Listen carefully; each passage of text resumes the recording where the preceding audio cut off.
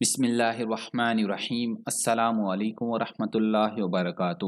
دوستو، خشک میوے میں شمار کیا جانے والا اخروٹ ہمیشہ سے طبی لحاظ سے فائدہ مند قرار دیا جاتا ہے اور اسے موٹاپے سے بچاؤ کے علاوہ دیگر کافی مسائل کے لیے بھی بہترین مانا جاتا ہے۔ اخروٹ میں ایسے پروٹینز، وٹامنز، منرلز اور فیٹس ہوتے ہیں جو جسم میں کولیسٹرول لیول کو کم رکھنے میں مددگار ثابت ہوتے ہیں، جس سے دل کے دورے کا خطرہ بھی کم ہو جاتا ہے۔ اور گڑ بھی انسانی صحت کے لیے بہت فائدہ مند چیز ہے۔ یہ نظام ہاضمہ کو تیز کرنے کے علاوہ بہت سے فوائد کا بھی حامل ہے۔ اگر اخروٹ اور گڑ کو ملا کر کھایا جائے تو متعدد بیماریوں کا علاج ممکن ہے۔ تو آج کی اس ویڈیو میں ہم آپ کو گڑ اور اخروٹ کو ملا کر کھانے کے فوائد سے آگاہ کریں گے۔ تو آگے بڑھنے سے قبل آپ سے گزارش ہے کہ اس ویڈیو کو لائک کریں، اور اگر ابھی تک آپ ہمارے چینل اردو لیب کا حصہ نہیں بنے تو اردو لیب کو سبسکرائب کر کے گھنٹی کا بٹن ضرور دبا دیں۔ Number 1، cancer. روزانہ 50 گرام اخروٹ اور 30 گرام گڑ کھانے کی وجہ سے پروبائیوٹک بیکٹیریا کی سطح میں اضافہ ہوتا ہے، جبکہ یہ دونوں کینسر جیسے امراض کا خطرہ بھی کم کرتے ہیں۔ کینسر کے حوالے سے ایک ریسرچ میں جانوروں اور انسانوں پر ہونے والی مشاہداتی تحقیقی رپورٹس میں یہ بات سامنے آئی ہے کہ اخروٹ اور گڑ کھانے کی عادت کینسر کی مخصوص اقسام بشمول بریسٹ، مثانے اور دیگر کا خطرہ کم کر سکتی ہے۔ نمبر 2، دماغ۔ اخروٹ اور گڑ کو ویسے ہی دماغ کے لیے مفید سمجھا جاتا ہے۔ اخروٹ اور گڑ لڑکپن میں کھلانا ذہنی نشو و نما کے لیے فائدہ مند ہوتا ہے۔ ایک تحقیق میں یہ بات سامنے آئی تھی کہ لڑکپن میں اومیگا 3 فیٹی ایسڈز کی کمی بچوں کو ذہنی بے چینی کا شکار بناتی ہے، جس سے ان کی یادداشت کی کارکردگی متاثر ہوتی ہے۔ اخروٹ اومیگا 3 فیٹی ایسڈ سے بھرپور ہوتا ہے۔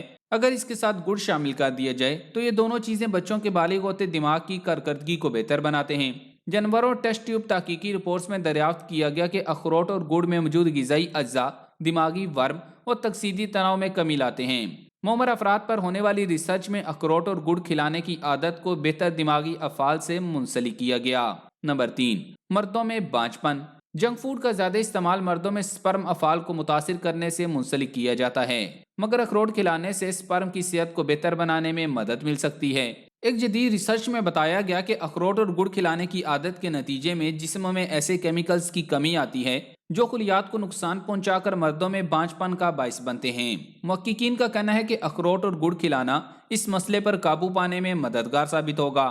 تحقیق میں یہ بھی بتایا گیا کہ اخروٹ اور گڑ میں فیٹی ایسڈز موجود ہوتے ہیں جو کہ ان خلیات کو پہنچنے والے نقصان کی روک تھام کرتے ہیں۔ اس کے علاوہ جنک فوڈ کے عادی 117 صحت مند جوان مردوں پر ہونے والی ایک ریسرچ میں انہیں روزانہ 75 گرام اخروٹ اور اتنی ہی مقدار میں گڑ کا استعمال کروایا گیا، جس سے سپرم کے افعال میں بہتری آئی۔ Number 4، sugar.